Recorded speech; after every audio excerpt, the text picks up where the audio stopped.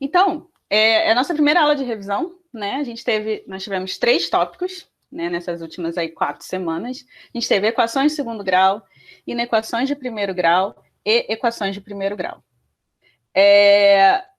O que eu coloquei aqui, essas lupinhas? Existem alguns conteúdos que, de fato, têm uma tendência maior a cair no vestibular e outros não.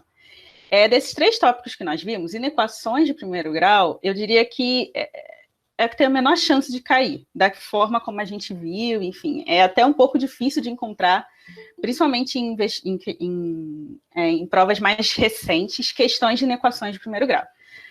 Mas a gente precisa dar esse conteúdo, vocês precisam aprender, principalmente porque depois, quando entra na parte de funções, enfim, a parte de estudo do sinal, é importante vocês já terem esse conhecimento de saber resolver uma inequação.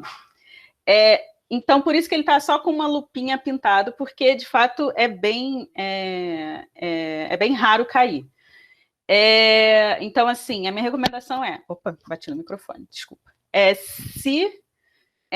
Quem viu inequações, entendeu inequações, ou quem já sabe, realmente não precisa perder muito tempo estudando inequações. Agora, para quem nunca tinha visto, ou não lembrava, dá uma relembrada, mas de fato não é um assunto que cai com frequência. Equações de segundo grau e equações de primeiro grau, eles vão cair, assim, né? Existe uma chance maior de cair, e ainda que não caia exatamente uma questão de matemática, pode cair em questões multidisciplinares, aí, às vezes, uma questão de física, que você precisa resolver uma equação de segundo grau, ou numa questão de química, que caia numa equação de primeiro grau. Então, são conteúdos que vocês precisam também saber, e tem uma chance maior aí de cair. Eu vou sempre tentar fazer essa análise aí do tópico que tem mais chance de cair ou não, fazer um bolão, mas a verdade é que a partir de semana que vem a gente começa a ver funções, e funções vai cair, assim, então, não sei exatamente que tipo de questão que vai cair, mas funções sempre caem no vestibular. E aí a gente vai vendo funções até o final, até chegar lá em exponencial e log, que também são dois conteúdos muito importantes. Então, a partir de semana que vem, são todos conteúdos assim, muito chaves e que tem grande chance de cair. E até a gente terminar em PA e PG, que também cai bastante. FUVEST também sempre tem uma questãozinha de PG. Então, é isso. Bom, a primeira questão que eu trouxe é uma questão de 2019, da Unicamp. E ela diz o seguinte: em uma porta de madeira de formato retangular, deseja-se recortar uma parte para colocar uma placa de vidro também retangular, cuja área é de 1,12 metros quadrados. A localização dessa placa é determinada pela medida X. Aqui, X, conforme mostra a figura. A porta tem 1,6 metros de comprimento e 2 metros de altura. Assim, uma equação que permite determinar a medida X e aqui nós temos as 5 opções. Bom, todas as opções, a gente já vê aí que a gente vai cair numa equação de segundo grau, ok? A gente vê aqui a nossa variável, a nossa x aqui com grau 2. Então, bom, assim, só de ler o enunciado e ver as opções, a gente não consegue logo de cara descartar nenhuma opção, a gente vai ter que colocar mesmo e começar a fazer. Então, vamos lá. Dos dados que ele deu nesse nosso problema, o que é importante a gente saber? Ele disse que a área da porta de vidro, da porta, é de 1,12 metros quadrados. Okay? Ele disse também que o comprimento tem 1,6 metros e a altura, foi a altura que ele falou, mas acho que foi largura e comprimento, né? Então tem 1,6 metros, um lado da porta tem 1,6 metros, o outro lado tem 2 metros. E ele quer saber qual equação que nos daria o valor de x. Porque, veja bem, né? Ele colocou a posição que esse vidro vai ficar na porta, tudo em função de x, ok? Ele vai estar a essa distância de x, a essa distância 2x, a essa distância 3x. Então, vamos lá. Sobre o vidro em si, o que a gente sabe? Bom, antes de tudo, alguém tem alguma ideia de como a gente pode começar esse exercício, esse exemplo? Pelo menos eu não. Professora, eu iria começar assim, ó. X igual. Aí eu ia começar a juntar 2m mais 1,6, ou ia deixar em vezes? Não sei. Entendi. Você ia tentar dizer que... então, isso... você ia tentar, por exemplo, né, mostrar, foi isso, que 2 metros você conseguia separar como 2x, é isso? Que 2x, x e o porta de vidro estão dentro de 2 metros, era isso que você estava falando? Ou não? Bom, antes de tudo, primeiro eu separo, que nem você disse, a área igual a 1,12 metros, né? E aí, o meu próximo passo, após eu separar todos, né? Que foi o que nós fizemos, eu iria deixar x, né? Que é o que eu quero saber, é igual a... Ia montar essa equação. Entendi. É mais ou menos por aí mesmo. A gente sempre tem que tentar ver, juntar todas as informações que o problema deu para a gente. Eu vou dizer que 80% desses problemas que ele não dá a equação... Nossa, meu elástico arrebentou. Bom, depois eu tiro. 80% desses problemas em que ele não dá para a gente a equação é mais interpretação mesmo da gente ler ali com cuidado e pegar todas as informações que o texto está dando para a gente. O primeiro conceito que a gente precisa ter é dessa área de um retângulo, ok? A área, ela é o quê? Um lado, que eu chamei de A, vezes o outro lado, que eu chamei de B, ok? Então, essa é a área. E o que eu sei também? Que nesse caso, então, aqui a área desse vidro, A vezes B, ele é igual a 1,12, porque isso foi um dado do problema, ok? Outras coisas que a gente pode considerar, que A, ok? Ixi, tá tocando a campainha aqui de casa, vocês acreditam nisso? Mas eu acho que vou fingir que eu não estou em casa. Bom, eu não sei, eu acho que eu vou ter que ir atender, porque senão minha cachorra não vai parar de latir. Mas eu já volto. Onde eu estava? Aqui. Então. E como o nosso colega falou, eu acho que era o Vitor que estava falando. Era o Vitor? Sim, era eu. Tá. O Juan falou um negócio no chat. Deixa eu ver se eu perdi. Menos. Oxe, consegui tirar meu elástico. Menos 3x. Ixi, eu acho que ficou faltando o 2, na verdade. Porque, assim, pelo menos pelo que eu chamei aqui, Juan, que eu chamei um lado de A e o outro lado de B, o que eu sei? Que todo esse lado aqui vale 2, ok?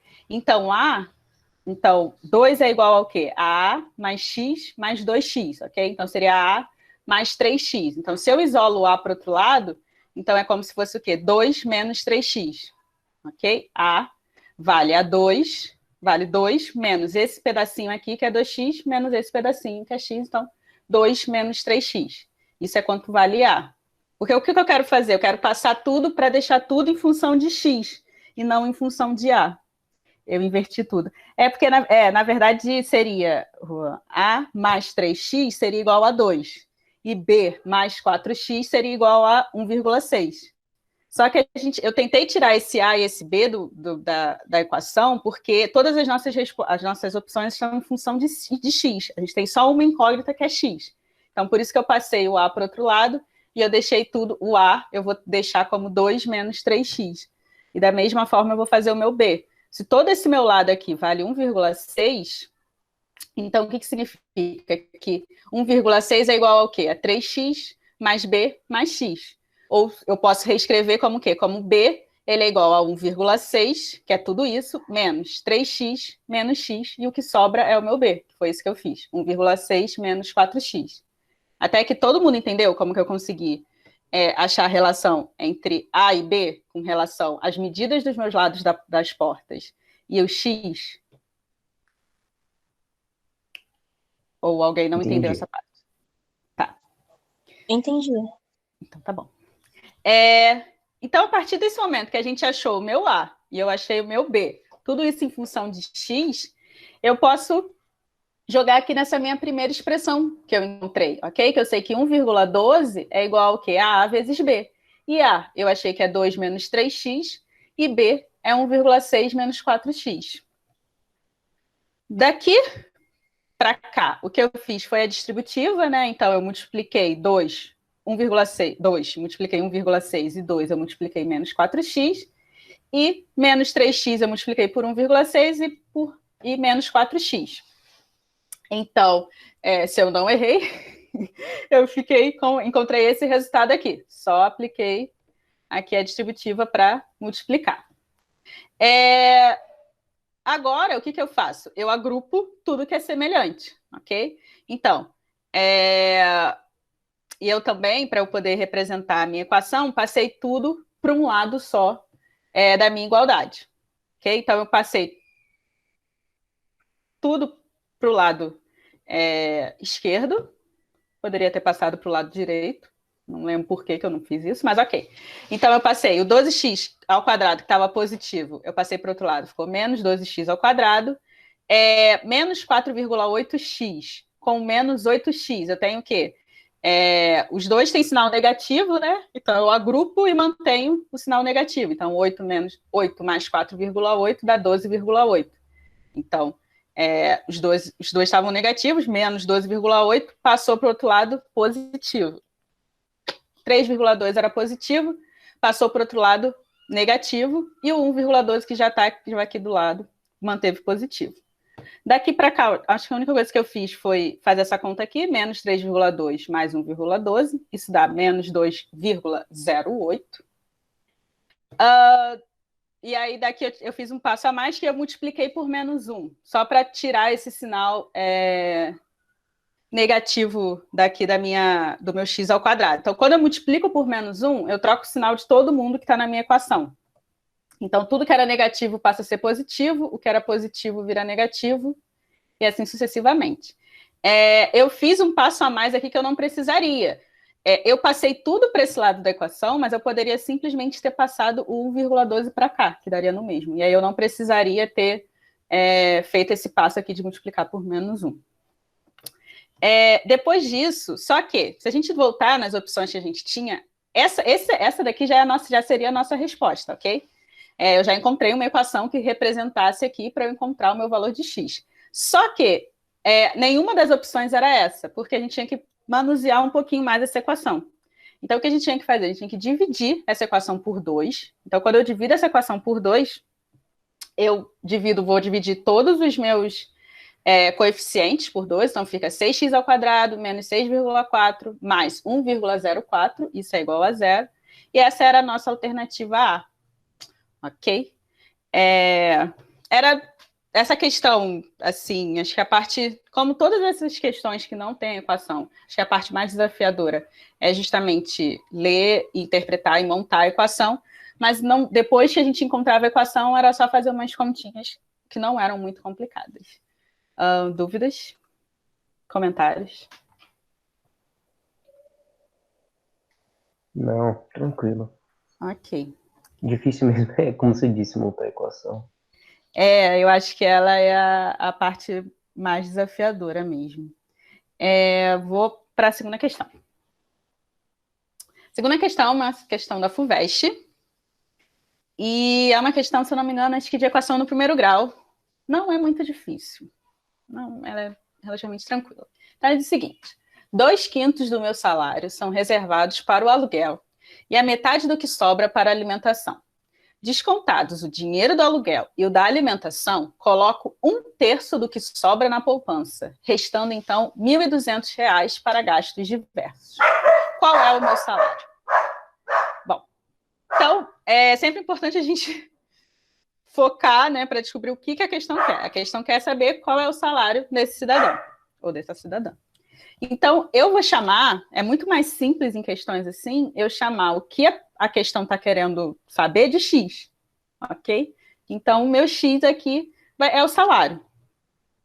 E então, vamos lendo aí por partes essa questão. Ele diz que 2/5 do meu salário são reservados para o aluguel. Então, o aluguel, ele reserva o quê? 2/5 de x. Não lembro se eu falei, lá na nossa aula de frações, sempre que a gente tem a preposição de, na matemática a gente transforma isso como uma multiplicação. Então, do, dá, né? Então, 2/5 do meu salário É a mesma coisa que eu colocar 2 sobre 5 vezes o meu salário, ok? Esse meu 2, quando eu transformo na operação matemática, é uma multiplicação. Então, o aluguel, ele é o quê? Ele é 2/5 de X, onde X é o meu salário. Próxima coisa que ele disse, a metade do que sobra vai para alimentação. Então, alimentação é o quê? É o que sobra dividido por 2. Mas o que sobra? O que sobra é o quê? É o meu salário, ok? Então é X, menos o meu aluguel, que é o quê? 2/5 sobre X, e o resultado disso, por isso que eu coloquei entre parênteses, eu divido por 2, ok? Porque ele disse que a alimentação é a metade do que sobra. Fazendo essa conta aqui, dá 3x sobre 10. Como que eu cheguei nesse número? X menos 2/5 de X, quando a gente não tem um denominador, a gente pode fazer o MMC? Pode fazer o MMC. Mas é muito mais intuitivo que a gente pode fazer o seguinte, basta a gente multiplicar esse meu primeiro número inteiro aqui pelo denominador da minha fração. Então, da minha segunda fração. Então, o que eu vou fazer? Eu vou pegar 5 e multiplicar por x. Então, vai dar 5x menos 2x. Isso dá 3x sobre 5. E 3x sobre 5 dividido por 2 dá 3x sobre 10. Ok? Porque aí a gente entra na regra de divisão de fração, que eu mantenho a primeira fração e inverto a segunda. A segunda fração, no caso aqui, era 2, então quando eu inverto, fica 1 sobre 2. E aí eu multiplico, então dá 3x sobre 10. Quem ainda tiver dificuldade, ainda tiver dúvida nessa parte de frações, fala comigo no final da aula.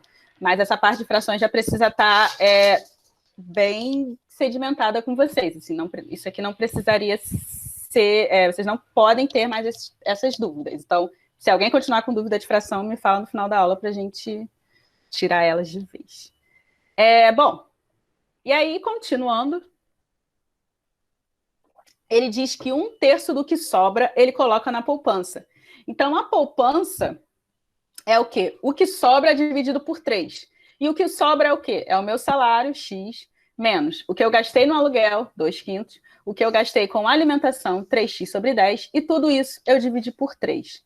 De novo, eu tenho operações com frações, e se a gente resolver tudo que está aqui primeiro no meu numerador, e depois eu divido, eu encontro que na minha poupança vai ficar x sobre 10. Ok? E por fim, ele diz que tudo isso, depois dele pagar o aluguel, a alimentação, e ele separar o dinheiro dele da poupança, restam R$ 1.200. Então, o resto é R$ 1.200. O salário dele é o quê? X nada mais é que o quê? É eu somar todos esses gastos que ele tem e o resto, ok? Então, X é igual ao quê? Ao quanto ele gastou com aluguel, quanto ele gastou com alimentação, quanto ele guardou na poupança, mais o resto, R$ 1.200. E aí, agora, basta eu somar tudo isso. Acho que eu repeti aqui. Então, repetindo aqui. Mais uma vez, aqui a gente tem que uma soma de frações. O MMC entre 5, 10 e 1 é 10, ok? Então, as frações que já tinham o denominador 10, elas se mantêm iguais, então, os numeradores, né? Então, fica aqui 3x e x, porque já tinham o denominador 10. As outras frações, eu preciso transformar o meu numerador em um numerador equivalente a uma fração 10. Então, a primeira eu multiplico por 2, por isso que fica 4x, e o 1.200, como o denominador era 1, eu multiplico por 10. Então, fica 12.000. Isso tudo aqui dividido por 10. Agora, daqui eu só agrupei o x, então 4x mais 3x mais x, isso dá 8x, então 8x mais 12.000 sobre 10 é igual a x. O que eu posso fazer? A multiplicação cruzada. Esse 10 que estava aqui dividindo passa para cá multiplicando o meu x. Então, eu fico que 10x é igual a 8x mais 12.000. 8x passa para o outro lado. E aí eu inverto o sinal, então ele passa para cá diminuindo. E aí eu tenho que 2x é igual a 12.000 e x é igual a 6.000. Então, o seu salário era de R$ 6.000. E essa era a questão. Alguém teve dúvidas nessa questão? Comentários? Críticas? Sugestões? Misericórdia. É mais difícil do que parece. Peraí, acharam complicada essa questão? Deixa eu entender Mas assim, montar ela ou a parte das continhas? Ótimo Eu salário. achei ela bem extensa. Ela Complicada. era mais... era questão de ler com cuidado. É o que eu digo, assim, a gente... parece um paradoxo, porque a gente, né, vocês não vão ter muito tempo para fazer as questões no vestibular, mas precisa ler com calma para conseguir montar certinho as questões. É de primeira ou segunda fase? Então, eu acho que essa era a primeira fase. Só que de onde eu tirei estava sem as opções. Mas era a primeira fase. Acho que alguém mandou mensagem. Ótimo salário. Não. Engraçado, eu recebi o barulhinho, mas eu já tinha lido essa mensagem. Mas era de primeira fase, ela tinha as opções.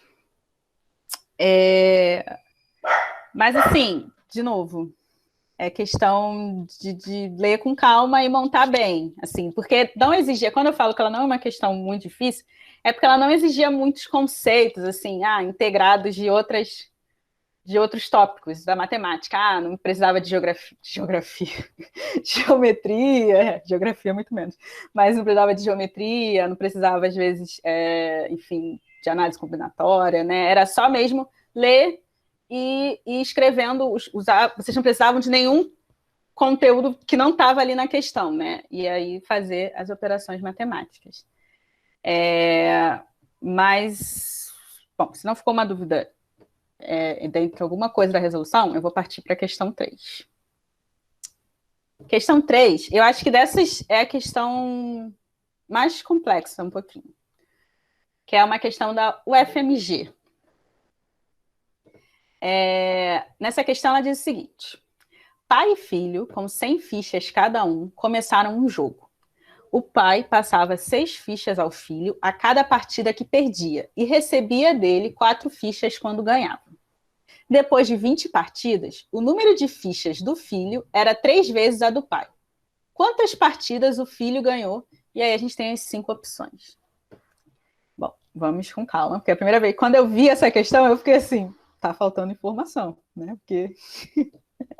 Mas não está faltando informações. Então vamos lá. Quais as informações que o problema nos dá e que nos ajudam a resolver esse problema? Ele diz que o pai recebe 4 fichas quando ele vence.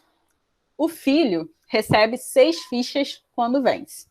Cada um começou com 100 fichas e eles jogaram 20 partidas. Agora a gente consegue resolver essa questão. Quando a gente coloca assim separadinho os itens, a gente consegue resolver a questão. Vamos lá. Eu chamei de Pzinho, P minúsculo, o número de vitórias do pai. E chamei de Fzinho, F minúsculo, as vitórias do filho. Chamei de Pzão, P maiúsculo, as fichas do pai, ok? A quantidade de fichas do pai. E de Fzão, ou de F maiúsculo, as fichas do filho. Bom, o que a gente sabe sobre as fichas do pai? A gente sabe que ele começou com 100 fichas, ok? A gente sabe também que toda vez que ele vencia, ele ganhava mais 4 fichas. Então, 4 vezes o número de vitórias do pai, ou seja, de Pzinho, vai mostrar a quantidade de fichas que ele ganhou, somadas todas as vitórias, ok? Ele ganhava 4 por cada vitória, então 4 vezes o número de vitórias que ele teve, a gente vai saber quantas fichas ele ganhou no final da partida, né? Só que ele também perdia 6 fichas quando o filho ganhava. Então, o filho recebia 6 fichas, mas não era de um banco externo. Eles trocavam fichas entre si. Então, quando ele perdia, ele dava 6 fichas para o filho. Então, a gente tem que considerar também que ele perdia 6 fichas. A quantidade de fichas que ele perdeu foi 6 vezes a quantidade de vitórias do filho, ok? Porque toda vez que o filho ganhava, ele perdia uma ficha. Desculpa, ele perdia 6 fichas. Então, no final da partida, o pai, a quantidade de fichas do pai vai ser isso. Quantas ele começou, quantas ele ganhou e quantas ele perdeu. Da mesma forma, para o filho, para a gente saber, no final da partida, quantas fichas o filho tinha, a gente tem que pegar quantas ele começou, que era 100, ok? E é exatamente o inverso do pai, porque o que acontecia? Ele perdia 4 quando o pai ganhava, porque o pai recebia 4 fichas, ele recebia do filho. Então, ele perdeu 4 multiplicado pelo número de vitórias do pai. E ele ganhava 6 fichas toda vez que ele vencia. Então, mais 6 vezes o número de vitórias do filho. Então, essa era a expressão que representava o número de fichas do filho ao final da partida. Bom, e aí a última informação que a gente precisa é que o número de vitórias do pai e o número de vitórias do filho somados vão dar igual a 20, porque eles jogaram o quê? 20 partidas. Então, como no exemplo, desculpa, no problema, não diz que poderia haver empate, então a gente chega à conclusão que o número de partidas tem que ser igual ao número de vitórias do pai mais o número de vitórias do filho. Ok? Então, aqui agora, a gente tem o quê? E a gente ainda tem mais uma outra informação, que após 20 partidas, o filho tem o triplo de fichas do pai. Então, o que a gente sabe? Que o número de fichas do filho é igual a 3 vezes o número de fichas do pai, ok? Fichas do filho é igual ao triplo de fichas do pai.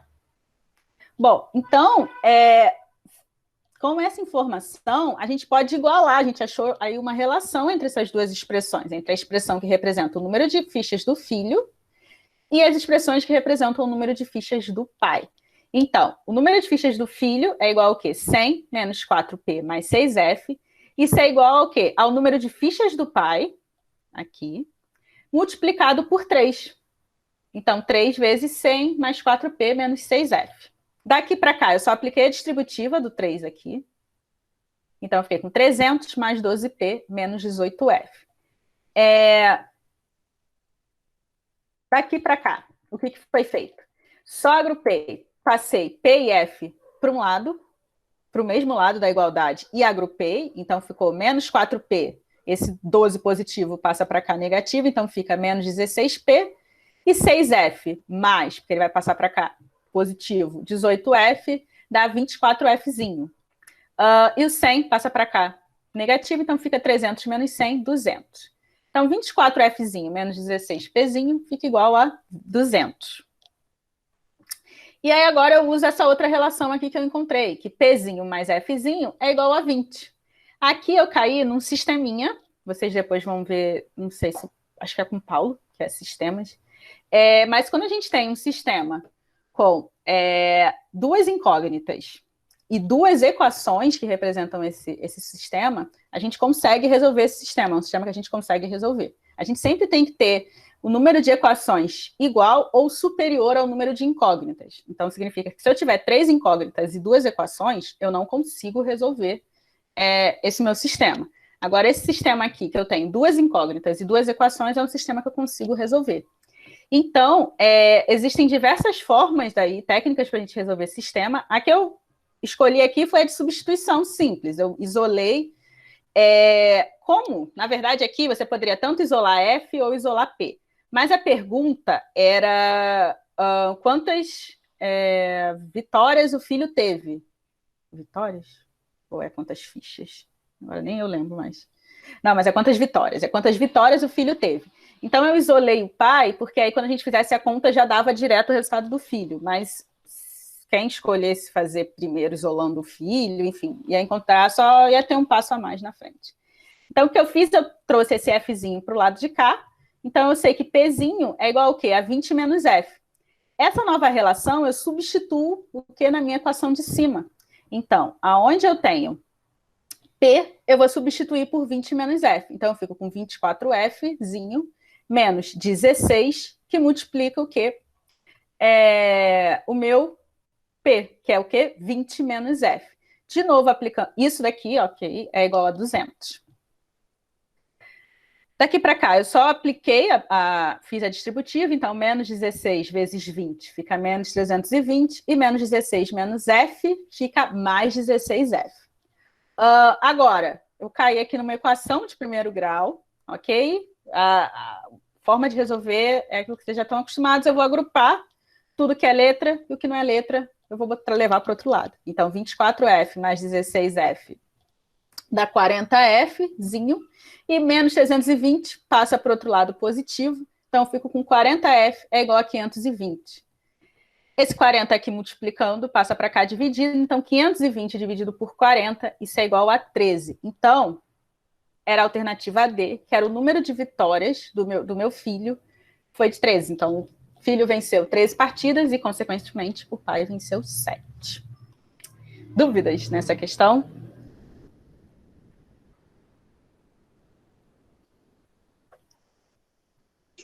Eu achei bem complicada ela. É. Muito complicada. Essa questão era mais complicada, eu até deixei ela por último, porque eu acho que de todas essa era mais complicada. Eu fui tentando ir meio que numa ordem de aumentando. Então, mas essa era uma questão da UFMG, mas era uma questão de primeira fase, né? Teoricamente, acho que 3 minutos, acho que é mais no Enem, né? Que você tem mais questões, né? Acho que até na primeira fase da FUVEST são menos questões, assim, teria um pouquinho mais de tempo para fazer. Mas é o que eu falo, assim, desde a primeira aula, e, assim, matemática é muito treino. E, então, assim, é questão de, professora, não vai cair uma questão igual a essa. Não vai cair uma questão igual a essa. Mas é treinar o cérebro para certos tipos de questões, ele já reconhecer e ele saber mais ou menos como é que se desenha aí essa questão. Eu vou voltar aqui, só para a gente ver as opções, se a gente conseguia... a gente não... Assim, também era o tipo de questão que não dava para a gente eliminar nenhuma alternativa só lendo o texto, porque todas as alternativas podem ser muito plausíveis. Na verdade, todas. Eu só desconfiaria da de 10, porque isso significaria... Não, mas ainda assim, como eles recebiam quantidades diferentes de ficha quando perdia e quando ganhava, poderia ser que mesmo se eles tivessem ganho a mesma quantidade de partidas, eles no final ficariam com quantidades de fichas diferentes. Mas era o tipo de questão que, de fato, tinha que montar e fazer. Mas essa era uma questão realmente um pouco mais difícil, assim, um pouco justamente de ir montando essas equações. Eu não sei dar uma dica a não ser que seja treinar esse tipo de questão, assim. Não cai em muitas questões. Tirando o Enem tem muitas questões em que você consegue resolver só montando equaçõezinhas. Isso a gente eu acho que a gente esse ano deve fazer isso de novo, mas no ano passado a gente fez uma revisão do Enem na matemática e a gente pegou a prova do Enem do ano anterior e a gente mostrou quantas questões eram de níveis fácil, a gente dividiu em fácil, intermediário e difícil. E a maior parte das questões, não a maior parte, né, mas tinha, sei lá, 40%, 30%, eram questões fáceis e algumas de montar equações, assim, mais fáceis até do que todas essas que eu trouxe aqui. Então, vai cair alguma questão de montar uma equação? Provavelmente. Mas não vai ser só isso que vai ter na sua prova. Mas eu acho que fazer esse tipo de problema assusta um pouco quando a gente não está... Quando o nosso cérebro não está muito treinado para fazer. Só que, no geral, são questões que a maior dificuldade está na interpretação do problema, do texto do problema, e não em si, em algum conceito que está ali apresentado, entendeu? É mais mesmo a questão de ter tempo de ler, realmente montar a questão. E uma vez que você consegue montar, depois não tem muita conta difícil ou coisa desafiadora, entendeu? É mesmo a parte de interpretação. Bom, se ninguém, Alguém tem dúvidas desses 3 exercícios? Especificamente? Não. Não. Eu vou só interromper a gravação agora, porque, bom, essa era o que eu tinha trago para hoje, eu vou interromper.